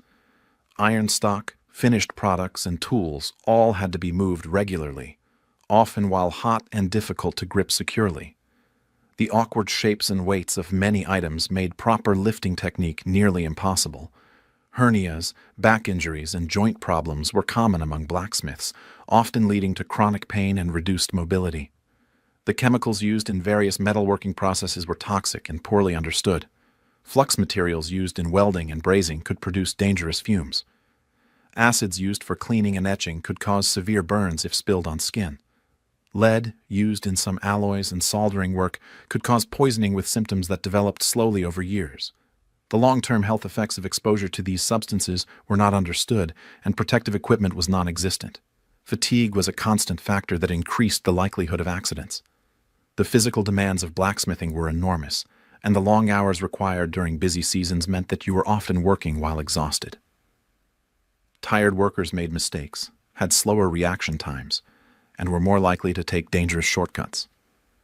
The combination of fatigue and hazardous working conditions was a recipe for serious accidents. The isolation of many blacksmith workshops meant that help was often far away when accidents occurred. If you were seriously injured while working alone, you might lie helpless for hours before someone found you. The lack of medical knowledge and facilities meant that even minor injuries could become life-threatening if they became infected or if bleeding couldn't be controlled quickly. Fire was perhaps the greatest threat to your livelihood and your life. The combination of open flames, combustible materials, and wooden buildings made workshop fires a constant danger. A single spark landing in the wrong place could destroy your entire workshop and everything in it. The tools, materials, and finished goods that represented your life's work could be reduced to ash in a matter of minutes. Many blacksmiths lost everything to fire at least once during their careers. The psychological impact of working in such dangerous conditions was significant. The constant awareness of potential hazards created a state of chronic stress that affected your sleep, your relationships, and your overall mental health. You developed a kind of hypervigilance, always watching for the next potential accident, always ready to react to sudden dangers. This mental state was exhausting and contributed to the premature aging that was common among craftsmen in dangerous trades. Despite all these hazards, you continued to work because you had no choice and because you had developed the skills and instincts necessary to survive in this dangerous environment. You learned to move efficiently and safely around the workshop, to anticipate and avoid most hazards, and to react quickly when accidents did occur. The dance with danger became second nature, a complex choreography of movement and awareness that kept you alive and productive in one of the most hazardous occupations of the medieval world. The forge didn't just threaten you with dramatic accidents and sudden injuries. It was slowly poisoning you with every breath you took, every day you worked, every year you spent in its smoky embrace. The toxic environment of the medieval blacksmith's workshop was a death sentence delivered in small daily doses that accumulated over decades until your body could no longer function. The poison was invisible, odorless in its familiarity, and absolutely inescapable.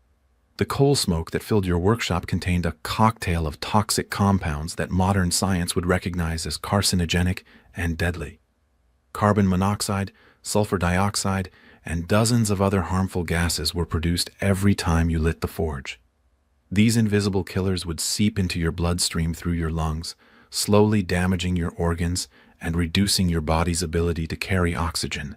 The chronic headaches, fatigue, and mental confusion that plagued older blacksmiths were early symptoms of this slow poisoning. The metal particles that filled the air of your workshop were like microscopic knives, cutting and scarring your lung tissue with every breath. Iron oxide, commonly known as rust, would accumulate in your lungs over the years, creating a condition that would later be recognized as pneumoconiosis or black lung. The fine particles would embed themselves deep in your lung tissue, causing inflammation, scarring, and eventually respiratory failure. Your chronic cough wasn't just an annoyance. It was your body's desperate attempt to expel the foreign matter that was slowly killing you. Lead poisoning was a hidden killer that affected many blacksmiths who worked with alloys or did soldering work.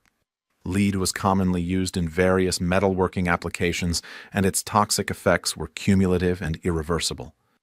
The tremors in your hands, the memory problems, the personality changes that developed over years of exposure were all symptoms of lead poisoning. The metal that you shaped with your hands was slowly destroying your nervous system, one molecule at a time. The heat stress that your body endured daily was more than just uncomfortable. It was systematically damaging your cardiovascular system. Your heart had to work overtime to cool your overheated body, pumping blood at an accelerated rate for hours at a time. This constant strain weakened your heart muscle and damaged your blood vessels. The chest pains and shortness of breath that developed in middle age were signs that your cardiovascular system was failing under the relentless demands of forge work. Dehydration was a constant threat that compounded all the other health problems you faced. The extreme heat of the forge caused you to lose enormous amounts of water through sweat, but the toxic environment made it difficult to maintain proper hydration. The water available to medieval workers was often contaminated, and the constant exposure to smoke and fumes made your throat and mouth so dry that drinking became painful. Chronic dehydration affected every system in your body, from your kidneys to your brain. The ergonomic nightmare of forge work was slowly destroying your musculoskeletal system. The repetitive motions of hammering, the awkward positions required for certain tasks, and the constant lifting and moving of heavy objects were creating cumulative damage that would eventually cripple you.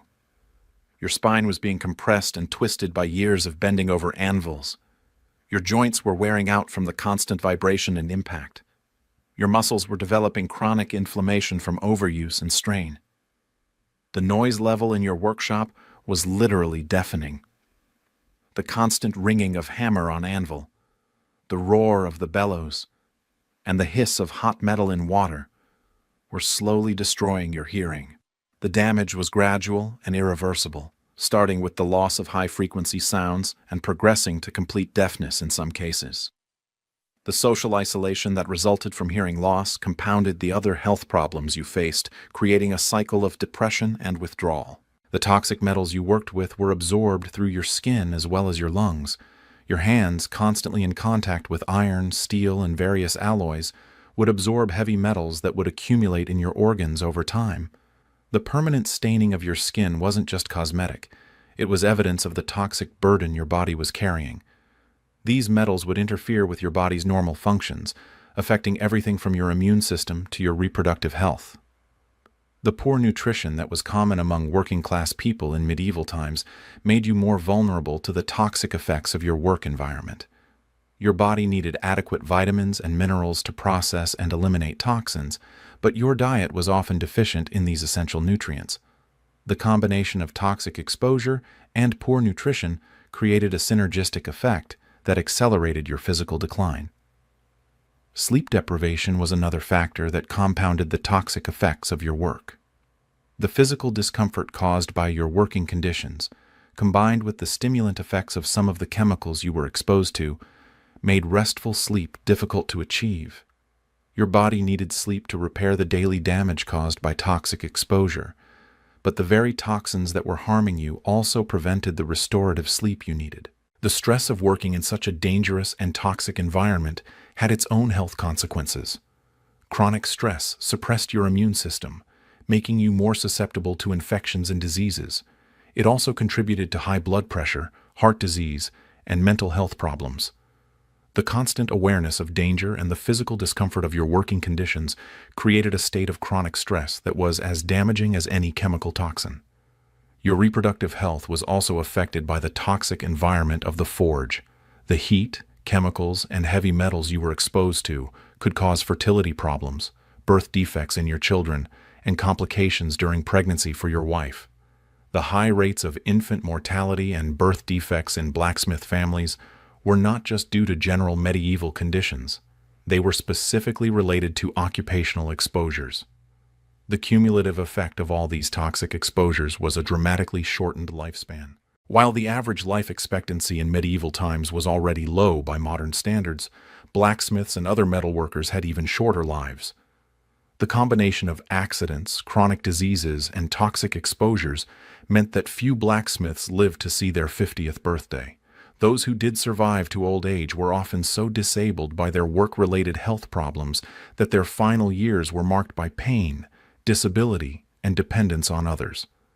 The medical knowledge of the time was completely inadequate to understand or treat the health problems caused by occupational exposures. Doctors had no concept of industrial toxicology or occupational medicine. The symptoms you experienced were attributed to bad air, imbalanced humors, or divine punishment rather than to the specific toxic exposures of your work environment. This lack of understanding meant that no protective measures were taken and no treatments were available for work-related illnesses. The social stigma associated with the physical effects of your work made it difficult to seek help or support. The blackened lungs, the trembling hands, the bent spine, and the other visible signs of occupational disease marked you as different and somehow lesser. Society saw these conditions as the natural and inevitable result of your chosen profession, not as preventable diseases that deserved treatment and compensation. The intergenerational effects of toxic exposure meant that your children and grandchildren might also suffer from the consequences of your work. The genetic damage caused by heavy metal exposure could be passed down to future generations. The environmental contamination around your workshop could affect your family's health for years to come. The cycle of occupational disease would continue as your sons followed you into the same toxic trade.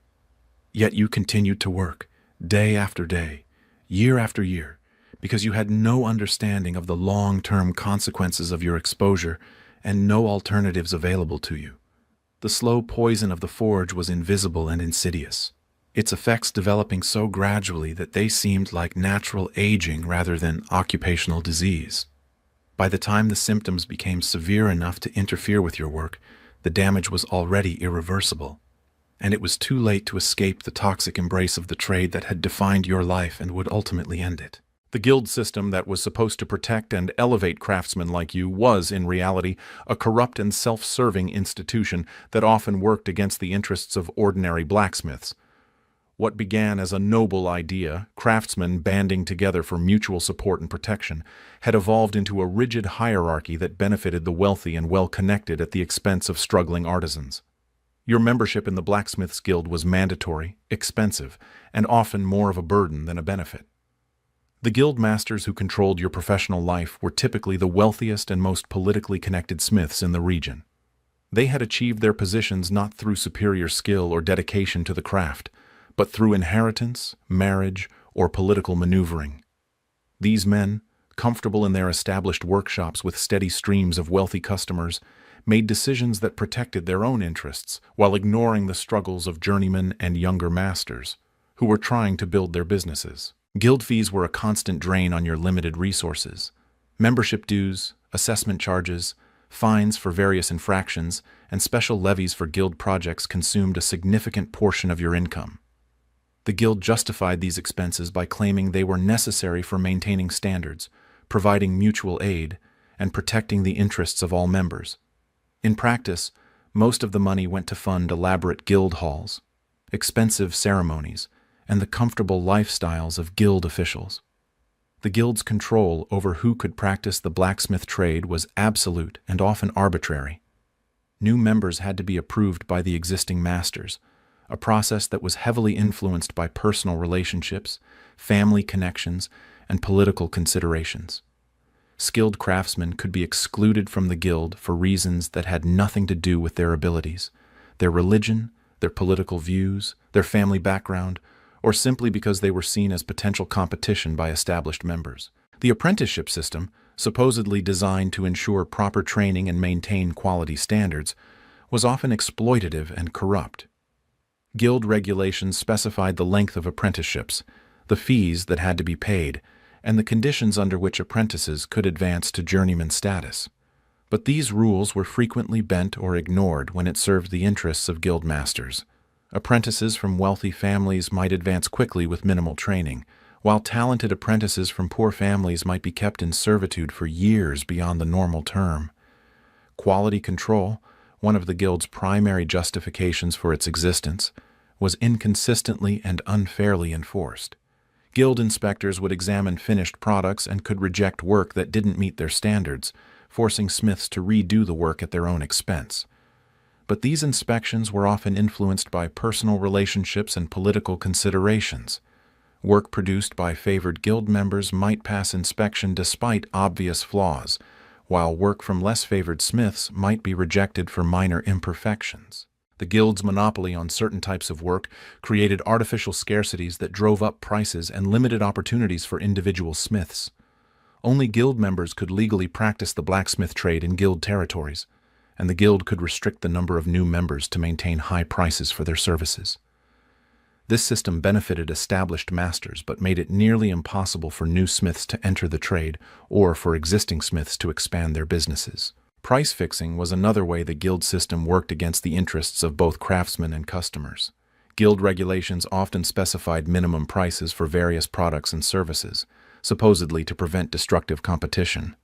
In practice, these price controls were set to benefit the largest and most established workshops, which could produce goods more efficiently and at lower cost.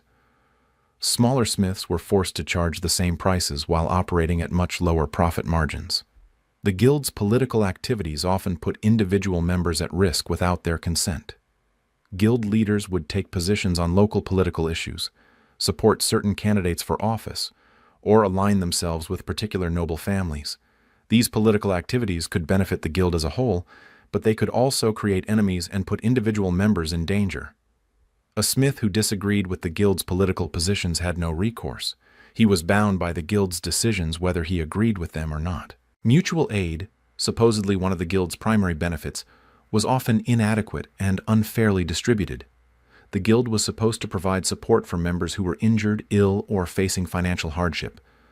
But the amount of aid available was limited, and it was often distributed based on political considerations rather than need. Favored members might receive generous support for minor problems, while less favored members might receive nothing even in cases of genuine emergency.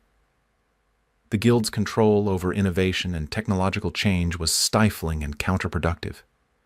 New techniques, tools, or methods had to be approved by guild authorities before they could be used by members. This approval process was slow, conservative, and often influenced by the desire to protect existing investments in traditional methods. Smiths who wanted to experiment with new approaches or adopt innovations from other regions were discouraged or forbidden from doing so. Training and education provided by the guild were often outdated and inadequate. Guild-sponsored workshops and demonstrations focused on traditional methods that had been used for generations, with little attention to new developments or improved techniques. The guild masters who provided this training were often more interested in maintaining their own authority than in genuinely improving the skills of their students. The guild's relationship with other crafts and trades was often competitive and hostile rather than cooperative. Disputes over jurisdiction, which guild had the right to perform certain types of work, were common and could drag on for years. These disputes wasted time and resources that could have been better spent on improving products and services. They also created artificial barriers between related crafts that could have benefited from cooperation and knowledge sharing. Women were systematically excluded from guild membership and participation, despite the fact that many women possessed significant skills in metalworking and related crafts. This exclusion was based on social prejudices rather than practical considerations, and it deprived the guild of valuable talent and perspectives. Women who worked in family workshops or who had learned the trade through other means were not recognized or protected by the guild system. The guild's legal privileges and protections were unevenly distributed among members. Wealthy and well-connected guildmasters could call upon the guild's legal resources to resolve disputes, collect debts, or defend against accusations.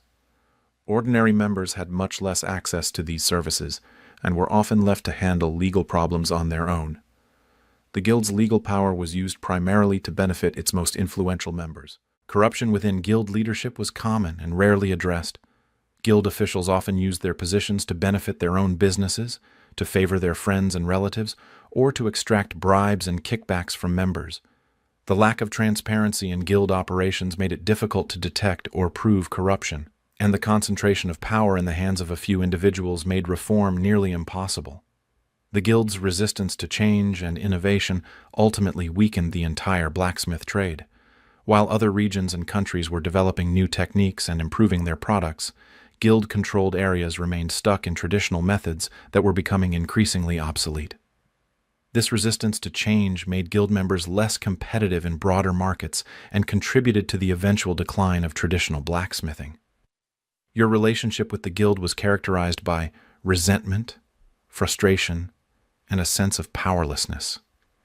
You paid your fees, followed the rules, and participated in guild activities, not because you believed in the system, but because you had no choice. The guild that was supposed to be your professional brotherhood had become another form of oppression, another obstacle to overcome in your already difficult life. The broken promises and corrupt practices of the guild system added insult to the injuries you suffered in your daily work, making your professional life even more miserable than it would have been without any organization at all. By your 50th year, if you were fortunate enough to reach such an advanced age, your body had become a living testament to the brutal demands of the blacksmith's trade. Every joint screamed with arthritic pain that no amount of rest could relieve. Your spine had curved into a permanent question mark, forcing you to shuffle rather than walk with the confident stride of your youth. Your hands, once powerful enough to shape iron with precision, now trembled with palsy and could barely grip a cup of ale without spilling it. The chronic cough that had plagued you for decades had evolved into something far more sinister. Each morning brought up dark, bloody phlegm that you'd spit into the forge fire, where it would hiss and steam like a grim offering to the flames that had consumed your life.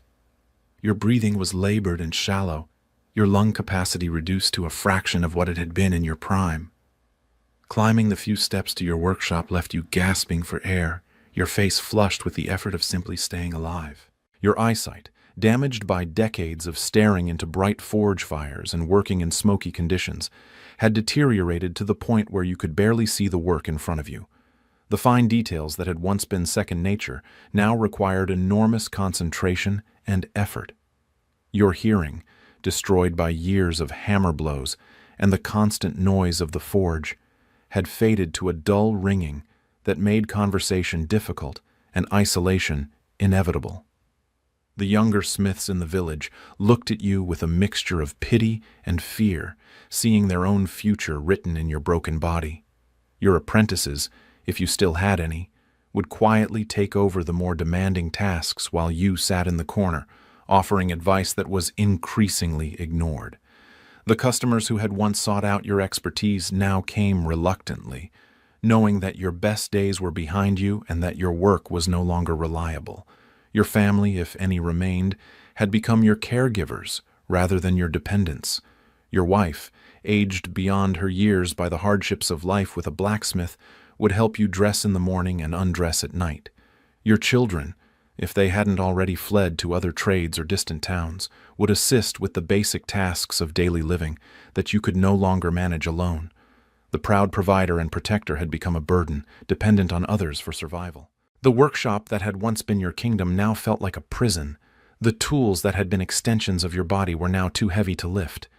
The anvil that had been your altar was now a monument to your decline. The forge that had been your life's work was now tended by younger hands while you watched from the sidelines. A living ghost haunting the scene of your former glory. Sleep, which should have provided respite from your daily suffering, had become another form of torment. The pain in your joints and muscles made it impossible to find a comfortable position. The wheezing in your chest and the ringing in your ears created a constant background of discomfort that prevented deep rest. Your mind, no longer occupied with the demands of work, would wander to dark places, contemplating the approaching end and the legacy of suffering you would leave behind. The medical knowledge of the time was powerless to help you. The local barber surgeon might recommend bloodletting to balance your humors or suggest herbal remedies that provided no real relief. The church offered prayers and the promise of eternal rest, but these spiritual comforts did little to ease your physical agony. You were dying slowly, visibly, and there was nothing anyone could do to stop or even slow the process. Your financial situation, never secure even in your prime, had become desperate. Your reduced productivity meant lower income, but your expenses had increased as you needed help with tasks you could no longer perform alone. The workshop that had once been your source of pride and prosperity was becoming a financial burden that your family could barely afford to maintain. The tools and equipment that represented your life's investment were losing value as newer, better methods made your traditional techniques obsolete. The social isolation that had always been part of the blacksmith's life became complete in your final years. Your appearance was so marked by disease and injury that people avoided you, not out of cruelty, but out of discomfort with the reality of what hard labor could do to a human body. Your inability to hear or see clearly made conversation difficult, and your chronic pain made you irritable and difficult to be around.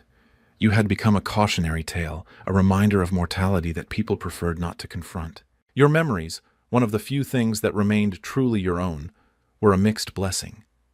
You could remember the satisfaction of a perfectly forged horseshoe, the pride of completing a difficult commission, the respect you had once commanded in the community. But these memories were overshadowed by the knowledge that those days were gone forever, that your skills had died with your strength, and that you would never again experience the joy of creation that had once made the suffering worthwhile. The younger generation of smiths was already moving beyond the techniques you had spent a lifetime mastering. New methods of smelting, new designs for tools and weapons, new forms of organization and production were making your hard-won expertise obsolete. The world was changing, and you were being left behind, a relic of an earlier time when things were done differently, perhaps better, but certainly with more human cost. Your relationship with the guild, never entirely satisfactory, had become purely ceremonial. You were honored as a senior member. Your opinions were solicited out of respect for your experience, but everyone knew that your active participation in guild affairs was over. The political maneuvering and economic competition that had once consumed so much of your energy now seemed petty and pointless from the perspective of approaching death. The apprentices you had trained over the years were now masters themselves, carrying on the traditions you had taught them while adapting to new circumstances and opportunities. Some had prospered beyond your wildest dreams, establishing successful workshops and training their own apprentices. Others had failed, succumbing to the same pressures and challenges that had nearly broken you. All of them carried something of your teaching with them, a small piece of your legacy that would survive even after your body had returned to dust. Your faith, whatever form it took, became both more important and more complicated in your final years. The promise of eternal rest was appealing to a body that had known little but pain and labor, but the fear of judgment was real for someone who had lived a life marked by anger, frustration, and occasional cruelty. The church taught that all honest labor was blessed, but you wondered if the violence and suffering of your trade had somehow stained your soul beyond redemption. The end, when it finally came, was both a relief and a tragedy. Your body, pushed beyond its limits by decades of abuse, simply gave up. Your lungs, blackened with soot and scarred by metal particles, could no longer extract enough oxygen from the air. Your heart, weakened by years of stress and overwork, could no longer pump blood through your damaged circulatory system. Your kidneys, poisoned by heavy metals and toxic fumes, could no longer filter the waste from your blood. Your death was not peaceful or dignified. You died as you had lived, in pain, struggling for breath, surrounded by the tools and materials of your trade. There were no last words of wisdom, no dramatic final gestures, just the quiet cessation of a life that had been ground down by the relentless demands of survival in a harsh and unforgiving world. Your funeral was simple and poorly attended. The guild sent representatives out of obligation rather than affection. Your customers came to pay their respects, but also to assess whether your workshop would continue operating under new management. Your family mourned genuinely, but also felt a sense of relief that your suffering had finally ended and that they were no longer burdened with your care. Your grave was marked with a simple stone that identified you as a blacksmith, nothing more. There were no elaborate epitaphs, no detailed accounts of your achievements, no lasting monuments to your skill and dedication. You had lived and died as most craftsmen did, anonymously, leaving behind only the tools of your trade and the memories of those who had known you. But in the end, your legacy was not entirely lost. Every nail you had forged, every horseshoe you had shaped, every tool you had repaired had played a small part in the functioning of your community. The apprentices you had trained carried your knowledge forward to the next generation. The techniques you had mastered and refined were preserved and passed down through the guild system, however flawed it might have been. Your life had been hard, painful, and largely unrewarded, but it had not been meaningless. You had been part of the great chain of human knowledge and skill that stretched back to the first person who had learned to work iron and forward to craftsmen yet unborn. Your suffering had been real and largely unnecessary, but your contribution to human civilization was genuine and lasting. The forge that had consumed your life continued to burn after your death, tended by new hands but serving the same essential function. The cycle of apprenticeship, journeyman work, and mastery continued, with new generations of young men sacrificing their bodies and their health to maintain the flow of iron goods that civilization required. Your story was over, but the story of the blacksmith's trade continued, as it had for centuries, and would for centuries more.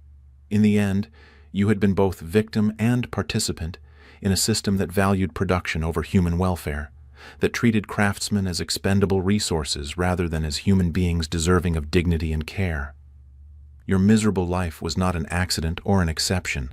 It was the predictable result of economic and social structures that prioritized efficiency and profit over the health and happiness of working people. Yet you had endured, and in your endurance, there was a kind of heroism. You had faced impossible odds, unbearable conditions, and constant suffering, and you had continued to work, to create, to contribute to your community's welfare.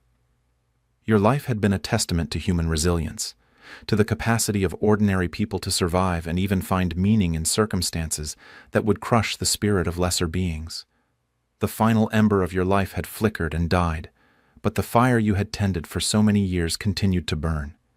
In that continuity, in that passing of the flame from one generation to the next, lay whatever immortality a medieval blacksmith could hope to achieve. You had been forgotten as an individual, but you lived on in the tradition you had helped to maintain, in the skills you had passed down, and in the iron goods that bore the invisible mark of your craftsmanship. Your miserable life was over, but the miserable lives of countless other blacksmiths continued, each one a variation on the same theme of suffering, endurance, and quiet heroism. The forge demanded its sacrifices, and generation after generation of craftsmen answered that call, knowing the cost, but accepting it as the price of their craft and their contribution to the world. In that acceptance, in that willingness to sacrifice personal comfort for the greater good, lay the true nobility of the blacksmith's trade, hidden beneath layers of soot, sweat, and pain, but real nonetheless. And so ends our journey through the miserable life of a medieval blacksmith. From the moment a boy first picked up a hammer to the day an old man drew his last labored breath, we've seen how the forge shaped not just iron, but human lives. These men, and they were almost always men, sacrificed their bodies, their health, and their happiness to provide the tools and weapons that medieval society desperately needed. They lived in pain, worked in danger, and died young, all so that farmers could plow their fields, soldiers could fight their battles, and civilization could continue its slow march forward. Their reward was not wealth or fame or comfort, but the grim satisfaction of necessary work done well, regardless of the personal cost.